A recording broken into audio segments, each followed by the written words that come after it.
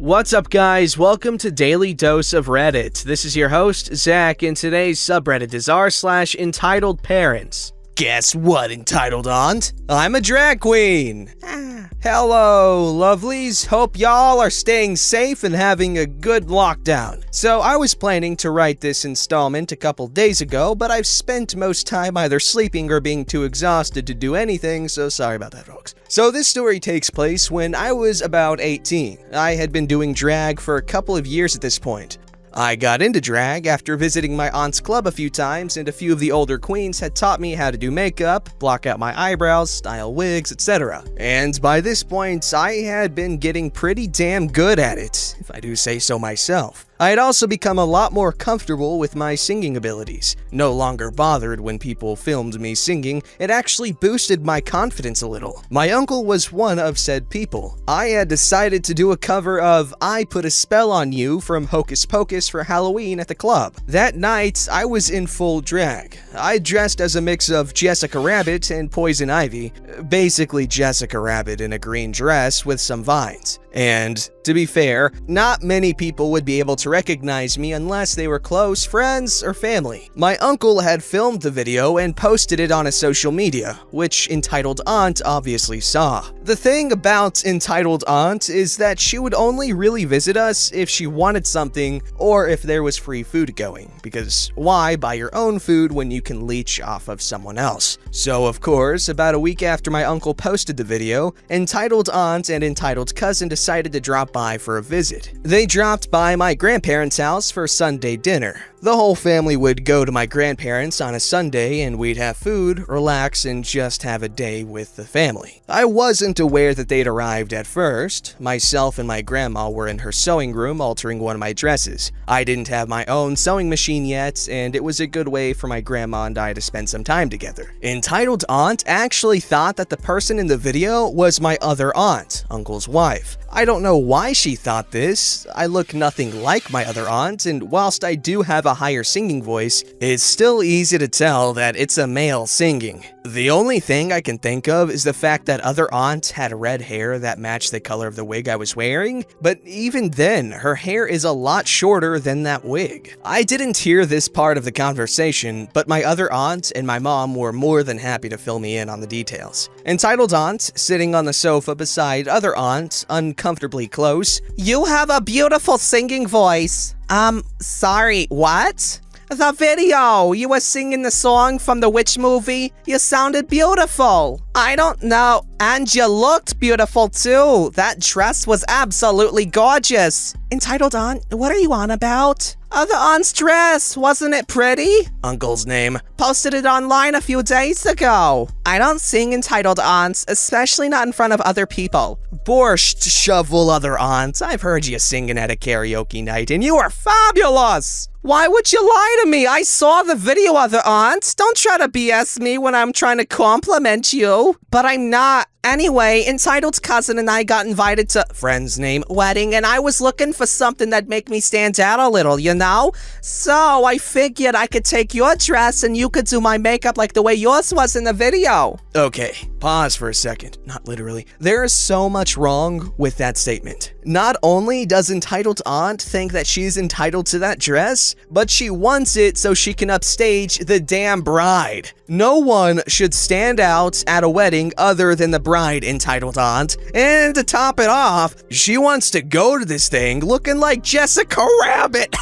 Show me the video. Entitled Aunt looks up the video and hands her phone to my mom. See, I don't understand why you'd sit there and lie to me, other aunt. That's not other aunts. That's one of the drag queens from Nice Aunt's Club. No, it isn't. Transphobic slurs don't look like that, and they definitely don't sing. Who would pay to watch one of them? Loads of people because they're very talented, and quit with the slurs. I'll call them whatever I want. There's no way this is a man in a dress. This led to my mom and Entitled Aunt arguing loud enough for my grandma and I to hear from the next room. Other aunt stayed out of it as she's quite timid and tends to avoid confrontation. What's all this fuss about? These two immature baseball pitchers are pretending this is a homophobic slur. And a dress so that other aunt doesn't have to loan me the dress. She's gesturing wildly to my mom, other aunts, and her phone. Watch your mouth, and who is wearing that dress? Entitled Aunt shoves the phone towards Grandma. Me preparing for the eventual outburst that my mom had tried to prevent. Entitled Aunt, that's me, not other aunt. No, it isn't. She scoffs and rolls her eyes at me. I'm pretty sure it is. That was my Halloween costume. It's my place of work, and I'm pretty sure I sang that song. You're not a girl, OP. You can act like one all you like, but you aren't, so stop lying for the aunt. That looks nothing like other aunt. The only thing that other aunt has in common with me in drag is the red hair. You aren't serious. I am entitled aunt. That's me in the video. It's my dress. Now can you please stop bothering other aunt? Entitled aunt to mom. First, he's a Homophobic slur. and now he's a Transphobic slur. What is wrong with you? Does it help you to sleep at night knowing that your son is a freak? He's not trans, he's a drag queen, and I thought you'd gotten over him being gay. Did you realize how calm everything was when you were being a control freak and managed to mind your own business? You and grandparents should be more ashamed than me. Doesn't your generation believe in men being real men? We believe that we should mind our own business and be glad that our family members are happy. He won't be happy for long. You need to stop this now or he'll realize too late. He's going to end up getting breast implants, cutting off his genitals, and going by Sasha. Not the actual name that she said, but the other one was too close to my real name, so I'd rather not have it on the internet. That's enough. No, it isn't. I should get social services involved. And tell them what? That my 18-year-old son works part-time in a drag club? He is an adult. He can do whatever the hell he wants. He's not right. No wonder he got bullied at school. I got picked on at school when I was around 8 by one kid who would make fun of me for not having a dad. It only lasted a couple of weeks, and the school sorted it as soon as they were notified. It's hardly like the bullying I've heard from other victims. Side note, if you have or are being bullied, remember you aren't alone. Talk to someone and remember that they're just jealous biatches with stuff going on behind the scenes. You don't have to deal with them forever. I don't get why she acted as if I was bullied constantly. I wasn't. Will you give it a rest?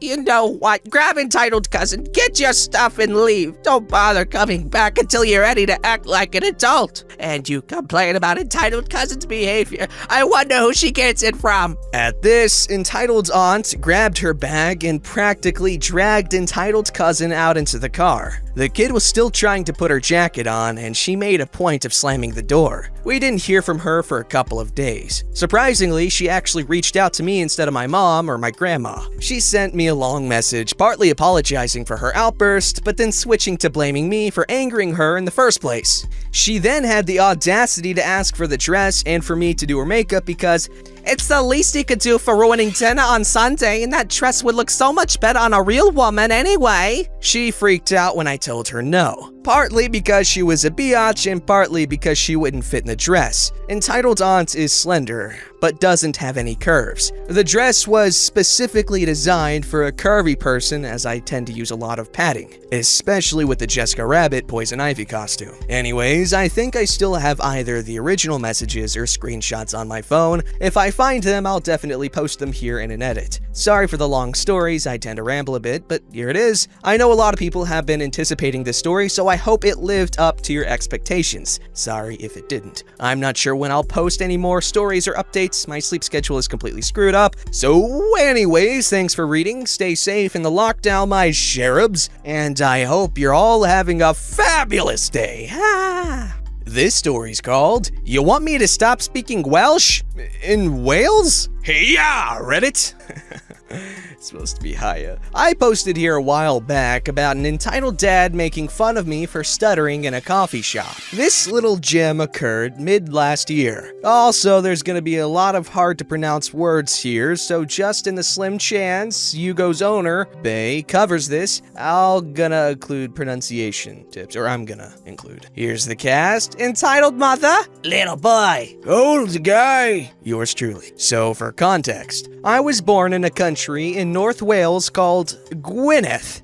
And as such, I'm part of a tiny minority because I didn't even begin learning English until I was about 11 or 12. I'm 21 now. So naturally, I'm more comfortable speaking my native language, Welsh. Now, because I wasn't content to be a farmer or a primary school teacher, I moved down south and ended up in Cardiff, where only like 7% of people can speak any Welsh. No problem, I'm confident enough speaking English by now. I should also preface that I'm autistic and not good with confrontation at all. I also stutter a lot when I speak English. So I've been working in a coffee shop for a while now, dealing with people and just generally starting to get settled in. One day, I meet a kindred spirit. This elderly man who's been coming in regularly, more for company than for coffee. Whenever I see him, I get his order ready right away and I sit with him when I've got a few spare minutes. I say he's a kindred spirit because he's another native Welsh speaker but speaks very little English. I find that a bit odd considering he lives in Cardiff, but overly the next few days he tells me about his life. Old guy, or